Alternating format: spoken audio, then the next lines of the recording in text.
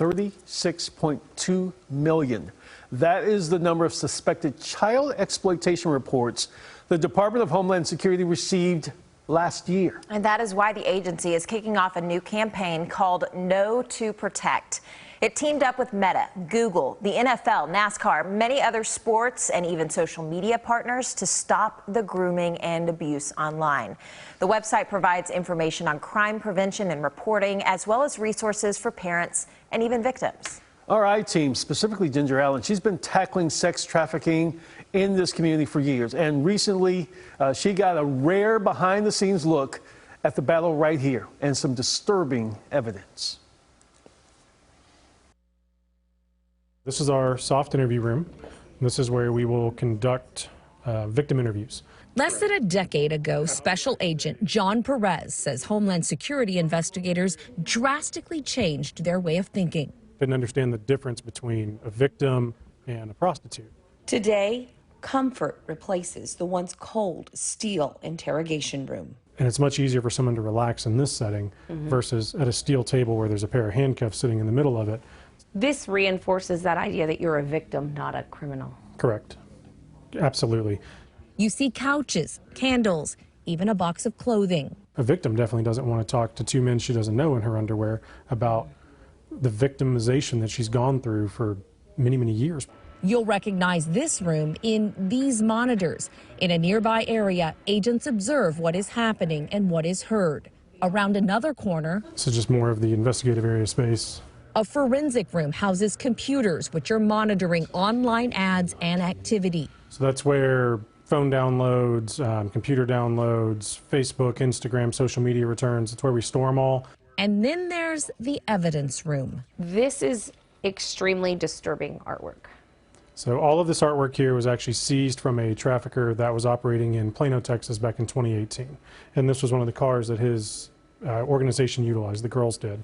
You see images of women caught in the web of trafficking. And this is the trafficker's hand controlling that web. Money, jewelry, and hearts are common themes. So half money, half heart, so it's for money and love. He's not seeing her as a victim, he's seeing her as currency. Or he's not concerned about the 10 to 20 commercial sex customers she's seeing every single day. He's concerned about the money that comes from it. The last stop on our tour is a back room we cannot show you for one good and eye-opening reason. So the investigators I saw back there at their computers are actively working on current sex trafficking cases. Yes, 100%.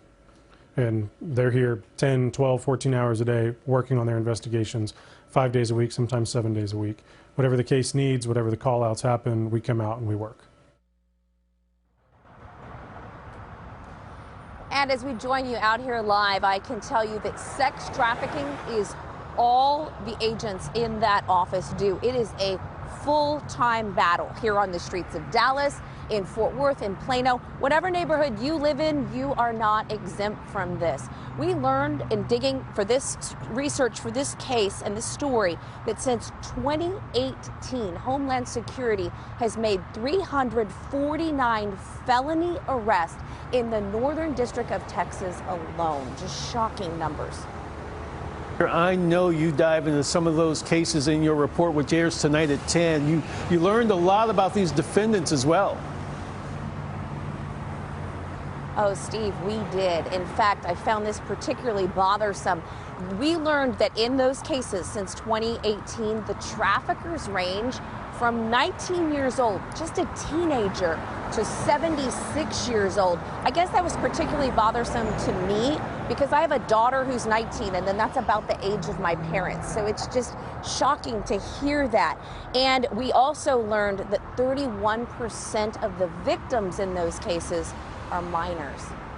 I mean, you're a mom, I'm a mom, Steve's a dad. I mean, this is so bothersome to all of us. And I have to imagine so many of those investigators, too, that are spending 12, 14 hours a day digging into this evidence are also parents themselves. How are they able to handle the stress of this job? We talked to them about that and watched them work, and it's been very difficult for them. They tell us not only handling the stress, but the changes through it. Because remember, when I first started digging into this, and also when they first started digging into this, which was far more than a decade ago, these victims were also often treated as prostitutes rather than victims, which is the changes you saw in this story. So it's evolving for them, and they're learning how to handle the cases, and certainly handling it more carefully now as they learn what these women are going through. Absolutely. Ginger, thank you so very much for joining us this morning. We appreciate it.